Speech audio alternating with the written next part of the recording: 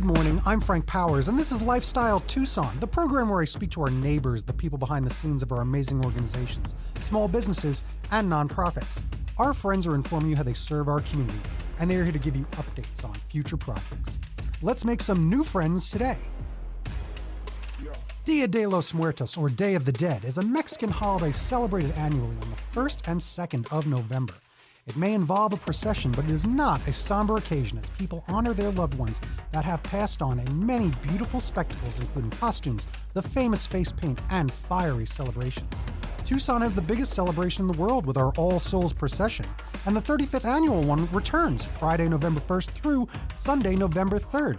And Viva Performing Arts will be celebrating in Viva Día de los Muertos, a glow-in-the-dark spectacular celebrating the holiday, and it's taking place that Saturday night, November 2nd, from 6:30 p.m. till 8:30 p.m. at the Ronstadt Music Hall.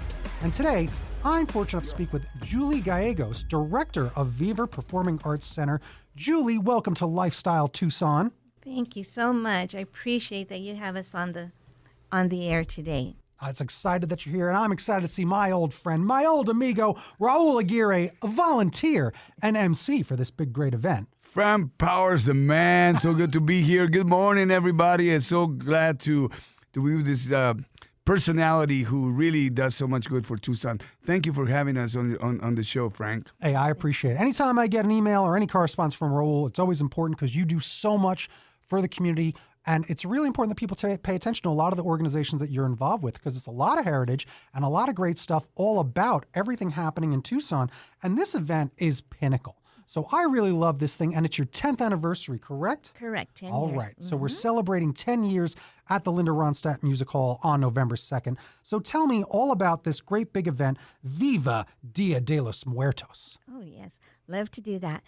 So we did start it 10 years ago, and basically it's a dance production that gives the history of the beautiful holiday of Dia de los Muertos. And we do it through multi-video projections, which gives history of all the regions of Mexico and how they celebrate in those certain states like Michoacan, Oaxaca. We just go through so many different customs, like we talk about the altars, and the importance of that, and of course the skulls like La Catrina, and we even give a tribute to Frida Kahlo. So it's a beautiful show full of color, but what makes it the most unique and special thing is that it glows all in the dark.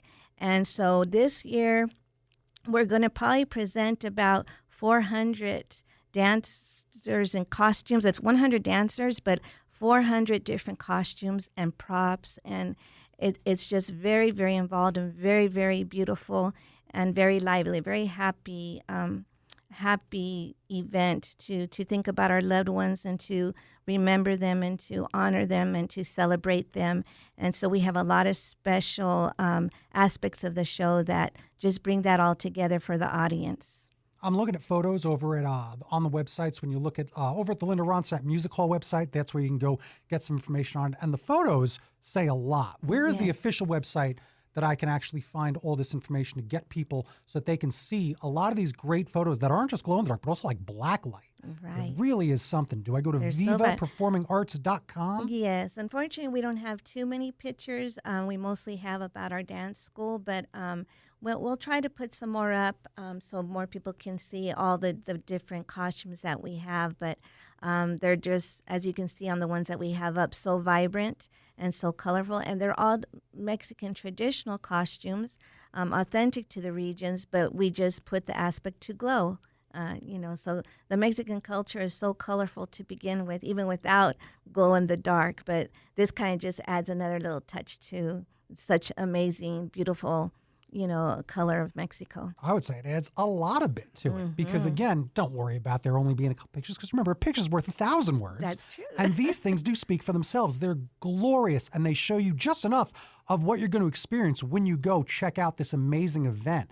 You can go get tickets over at Ticketmaster and at the TCC box office. Very easy to find all that information. Tickets start at $22, $25, and $28. So it's also a fun, affordable event for the whole family. And I really think it's a great thing that kids would probably really love a lot. Yes. Tell me about some of your memories from this and some of the things that kids definitely say, do, or react at when they see this big show. Well, we actually offered for the last 10 years school time matinees, and we invite the teachers and the students to come, and even some parents come.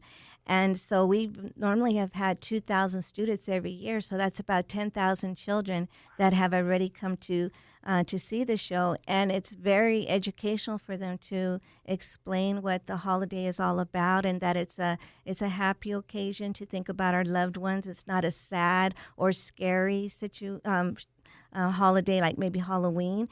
And so when you hear all the children and see them at the school time matinees, all of their oohs, ahs, and bursts of clapping, they have so much joy. It is so wonderful, and it's a beautiful aspect of our show to offer it to the children. Yeah, it's really important because, again, when it comes to like Sugar Skulls and Day of the Dead, it has become a bit more commercialized in the past decade as well. There's been movies, there's been Barbie dolls, things like that. And there's positives to that, but then there's also cultural appropriation can be a negative. You want to make sure that people understand that this isn't just like fashion.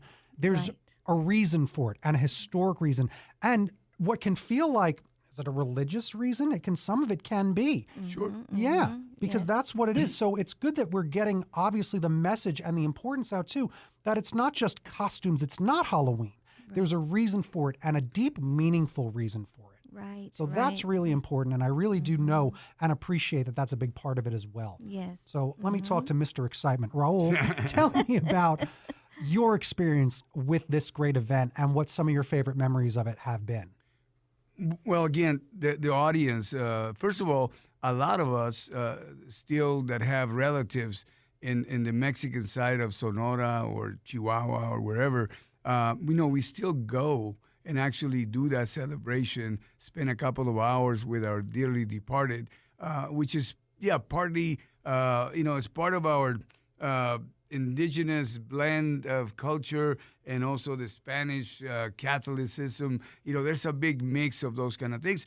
And, when we go, you put music and drink and just kind of party. It's a celebration of life. It's not a somber type of situation. It's looking at the spirit world in a different way through almost really an indigenous eye, right? Where you're celebrating their life, the food that they like.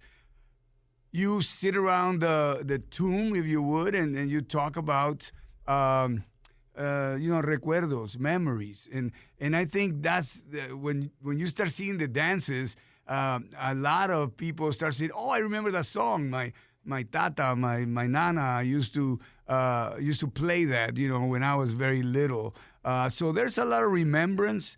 And there's a lot of fun. And it's particularly, I'm glad that you brought up the young children because they really get into it because it is exciting, it is vibrant, it's dynamic. The dancers are just amazingly prepared and professional, and it's a great program. We forget that one of the things that popularized Día de los Muertos was the 007 movie, that opening in Mexico City downtown, the last 007. And then everybody went, oh my God, Dia de los Muertos. They found out. But, the calaca, the Catrina, the centerpiece of the calavera or skull, it's a fun one. It's a lady dressed up in really fun dresses, but it is the La Muerte, right? It symbolizes death, but it symbolizes life. And in the Mexican way that we feel, that we live, that we experience loss, it also has to do with a celebration of life rather than sadness. Is rejoicing on the person's life. So I think my experience as a master of ceremonies is really kind of walking a little bit walking the audience through all these different fabulous dances so they can understand what that means. Even in other shows like La Danza de los Viejitos, the dance of the old people, a lot of people thought it was just little old men dancing around, but it's really a wedding celebration where the viejitos, the old people, are telling to the spirits, go away, go away. So they put this ugly mask or really old people mask so they can scare the spirits. So I tend to narrate some of those things so people historically understand what that means. And that's kind of part of how I see my contribution historically, talk about, what does this mean and why is it important to you? And some of this are real sacred and some of this are real, just have been modernized maybe in certain ways. So we talk about that in the show. So the show tends to have, quickly moving through a journey that I call, it's a journey of culture and history and heritage. And it's a lot of fun. It's just looking at people marveling about the music and the dancers is just out of this world. It's a whole range of emotions when you talk about Indeed. This entire event, this show, what it is, what it represents is important. And I think that that's the thing that we need to recognize is that it's not a Hallmark holiday. That's not the point of what it is, and you don't want it to become that. You don't want it to become like a cartoon, all right? It's an important day, and sometimes things like this, people get mad at a Hallmark holiday. They'll call St. Valentine's Day a Hallmark holiday. But I'll tell you, I know a lot of guys that don't randomly get their wives flowers, right? Sometimes you just need a little date to say, hey, let's stop for a moment, right? Let's stop for a moment and smell the roses. And that's kind of the point. And that's the point of this 2-day celebration. So in my research, even though I've been here for the better part of a decade, not realizing that the 2-day celebration is always on the 1st and the 2nd because we get so used to the procession being around here just being on the first Sunday that people might think that it's like a Thanksgiving-style holiday that always moves. No, it's the 1st and the 2nd. Can you tell me that I did read this, but I want to hear it from you. Tell me the significance of day 1 and then significance of day 2 and why each day is special and what they represent. Right. Well, on November 1st, they say that at midnight, the tradition is that the little souls come back. Actually, midnight of the 31st, and so then November 1st. So we call that the Day of Los Angelitos, the little angels. And so we do a dance to honor the little angels that come back to visit, and they have all their toys and on the altars and candies and things like that. And then on November 2nd is what we call today All Souls Day, where it's for everyone, all family and friends that have passed away to honor. So those are the two significant days that we have. But one story that Raul always tells the audience, which I love, which is another significance of these days, we do a beautiful butterfly dance that glows in the dark for Michoacan. And I love the story and the history of that tradition. Can you share that, Raul? Yeah, well, usually I ask, who is here from Michigan? And people, raise their hands. And who's here from Michoacan? And people raise their hands. And then I say, do you realize that this part of this presentation to honor the monarch butterfly is that Michigan and Michoacan means the same thing in two different indigenous languages. And it means the place of the Great Lakes. And,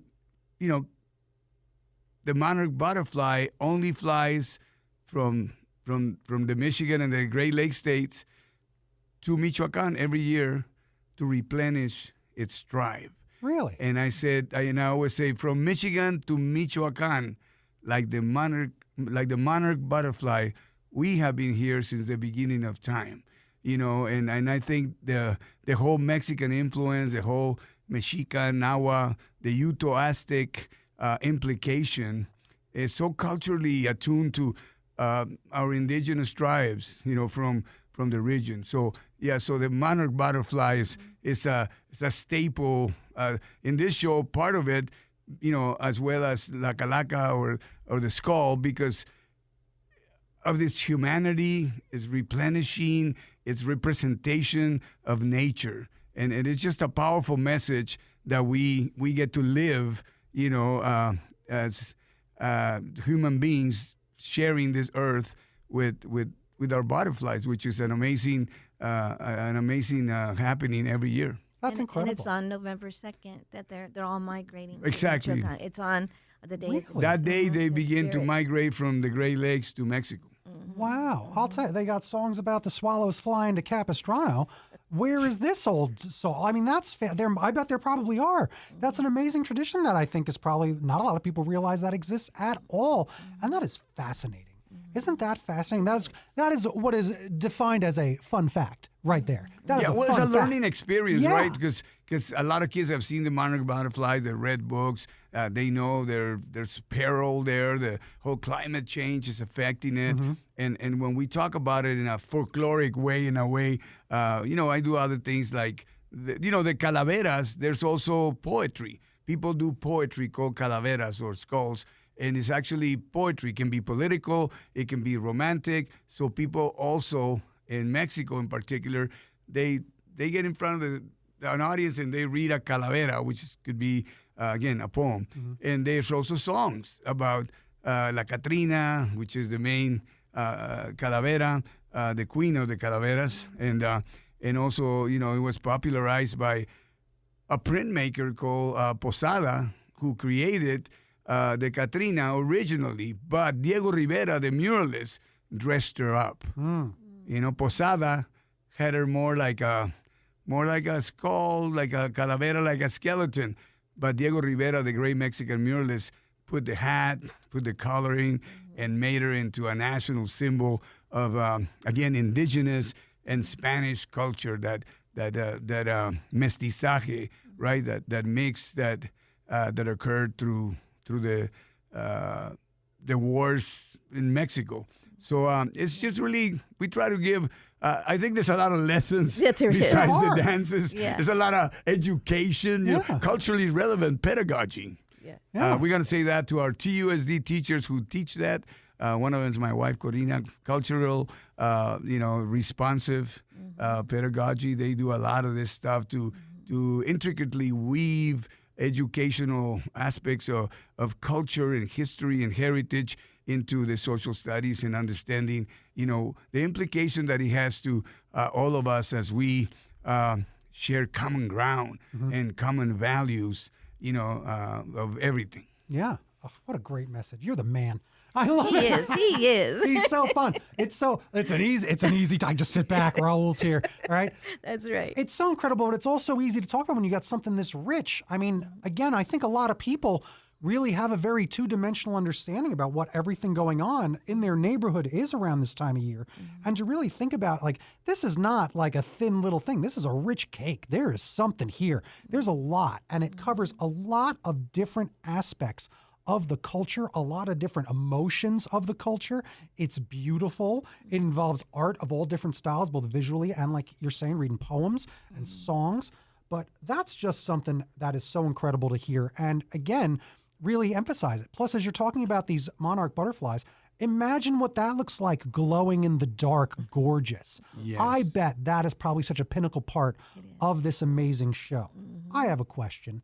Can you take this show on the road? Is this something that's so big? Like, this could be in Vegas at a Yes. at Did a we say standalone there's thing. 100 I know. kids? Yeah. Yes. And so Frank, it was 100 so kids. funny because I was 100 people. Yeah, I know. Sorry. I know it's okay. I was in Las Vegas last month, and I said, I love to get inspiration by other shows. So they had advertisements for one illumination show, and basically the commercials were on TV and everything. They just have lined wired lights, and that's it. And I'm like, when you go to this show, the color just overwhelms, shines into the audience, the color. And I told my husband, oh my goodness, our show could be in Las Vegas, but I would need to teach all adults. Right. Yes. And because we, even though, but the thing is, I'm so proud about the families at Viva, because the parents, if you would go to our studio right now, we have converted one whole room just into our costume prop room, and it takes such an army of dedicated people to make all the costumes, make all the props. I have Sandra Fiembres, who's one of my grandmothers actually, and she has her grandson with me, and she does the altars, and she just puts so much love and extra time to make these gorgeous altars that go on the stage. I could never repay or thank all of, and for the last 10 years, because it's a school, so people come and go, as the children get older, but you're not going to see a children's show. Every age group that goes out there, it's just so professional and so beautiful that you would be amazed that we're just a local small dance studio that is putting on all of these costumes, all these props, all this color, and I feel very fortunate, very blessed, and just very grateful to Raul, like his family who has supported me for years. We're just so blessed. Tell me more about some of Viva Performing Arts, because obviously you're helping out a lot of kids in the community. You're teaching all about not only culture, but about the performing arts, which is the best. It's a good way for kids to build that confidence that it's not only just about being confident on stage, it's about being confident in the boardroom and at that job application, the job interview. All these things in life that really performing arts can really help you achieve, because if you can conquer the fear of getting on stage in front of anybody, you're not afraid of anything. It's a big deal. Right. Tell me more so about just Viva Performing Arts and why it's so important to you and why this is what you do. Well, going back to what you're saying, we've been open for 38 years. So now a lot of my dancers are bringing me their children. And they're saying that they're in the positions they are today. They feel that Viva Performing Arts had such a big impact on it because they traveled so much and they perform for so many nonprofit community events, huge events, and so they're around places and people that they would never, corporate events, traveling, like Raul said, to London or to New York or performing in Disneyland. It just made them, for one thing, not be afraid and to just really enjoy life and see how they can give back. Because when they do perform, that applause, that cheering, helps your self-esteem. You're doing something that's being recognized and commended, that you're doing something wonderful for the community. So, but I started at St. John's Catholic School in their cafeteria. Just one day, I asked if I could teach there, and then I never looked back. I graduated from university and everything, but I danced as a child, and I always wanted to continue dancing. So then from there, it was just folklorico, but over the years, we grew into ballet, tap, jazz, hip-hop. We have mariachi lessons, and we have a baby and me class for moms with their babies. So very, very blessed. So many families, so many wonderful families have come through Viva. That's incredible. Yeah. So I want to take that back. It's 40 years, not 50. But, one of the things that I started working with Julie when I was at Univision Television is, we talked one day, probably 30-some years ago, 38 years ago, and then she was doing a show at Old Tucson, when Old Tucson was doing shows. And there was people, everybody was coming on tours from Amsterdam, from Germany, from Ireland, and my job was to narrate the historical part of it. And she was so successful with it. I was very impressed. And we just did like an hour show, I think, 3 times during the day or 4. Right. It was so much fun. It was a lot of fun. And that's kind of how it started growing. And truly, I think at the end of the day, our unity is in our diversity, our common shared goals of anything that we think about. American culture, Mexican culture is American culture. When you see all these things going on, even when you talk about mariachi, we have instruction. We have, children who are reading notes to play, orchestration through mariachi. I always say that, what Julie's doing, the mariachi programs are doing, are the best dropout prevention programs in the country. Because we clock, like, all the students end up, like you were saying, Frank, they go, if they can stand in front of people and they can control those emotions and be focused and be studious and build a fraternity of students that think alike and also that want things, that want goals, they go to college, they graduate, they become, doctors and lawyers, and they also become small business owners, electricians, and they move through all of the professions to be successful. And I think that's a great contribution. And I remember people from Europe going, wow, we had no idea that of the richness that you were speaking about. We have no idea about the historical ramifications of all these things. And I think that's so valuable to be teaching people so they can learn to respect. Because, there was a Mexican president who was the first indigenous president in the world. His name was Benito Juarez. And he was a Zapotec indigenous person from Oaxaca. And he had a maxim, and he said, respect for other peoples is the road to peace. It's the truth. And this is what we do. Yeah, well, you're doing a great job because everything I see involved with is always so incredible. You do so much for the community. This organization's doing so much for kids in the community that are growing up to be great adults in our community that are raising great kids, because giving them this confidence to try to achieve, sometimes even fail. You fail in rehearsal is the point. You got to do it till you get it. Right. And that teaches that lesson of stick-to-itiveness without, not everyone's got to be an athlete. We're not always going to join sports to learn what we do. We're going to be musicians, we're going to be artists, and we're going to be performers to figure out how to build confidence in our community. And what you're doing for this community is so impressive, and I thank you for it because it's a really great thing. And I do love seeing it. I love what you're doing because really, there's just, Raul just said it, and what you quoted there, it's all about respect. Come and be nourished. Yeah, that's the spirit. So where can people find more about your organization online and about the event just before we wrap it all up? And then I'll give all those details again in the recap. Okay. So we do have our website, vivaperformingarts.com, and we have just a little, picture there, advertisement, but we have a more bigger description at the Tucson Convention Center website. And if you go to their events, we're on November 2nd. Our show's at 6:30.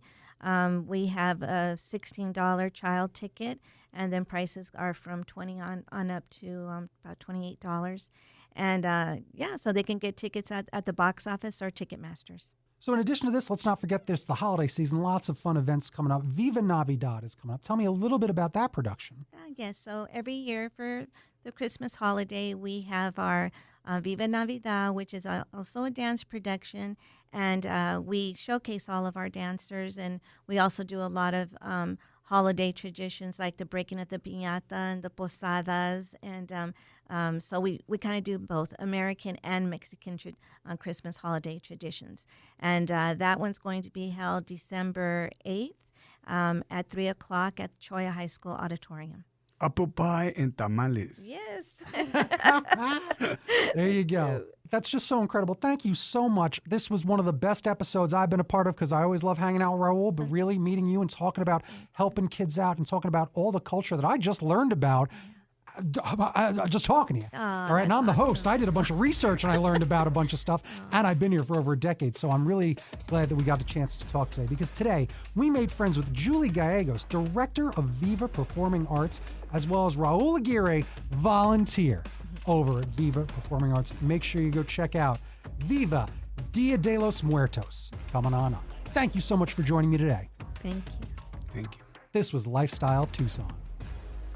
Bing bong bing, time for a recap. I love Raul. He's the best. Julie's pretty great as well. So I hope you go to this big event Saturday from 6:30 to 8:30, celebrating Día de los Muertos with a Viva Día de los Muertos, courtesy of Viva Performing Arts.